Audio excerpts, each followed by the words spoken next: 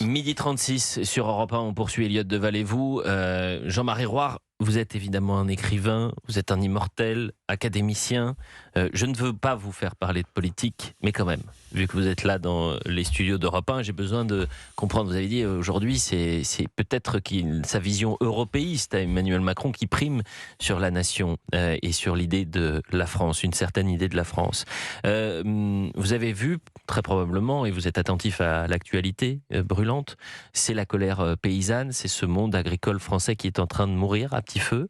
Quel regard l'académicien que vous êtes porte sur ce monde agricole qui s'effondre et sur cette colère paysanne ?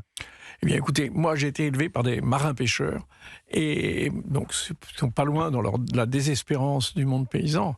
C'est effrayant parce que c'est vrai que tout conspire à éliminer le monde paysan et le monde des marins-pêcheurs.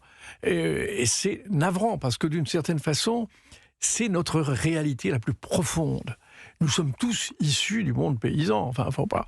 Et ce monde paysan, en même temps, dans la création de la langue française, vous savez, la langue française a été créée, elle est populaire.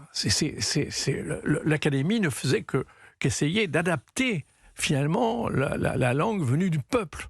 Bon, c'est plus le cas maintenant, puisque maintenant, comme c'est la publicité qui crée c'est la télévision et la radio qui crée les vocables.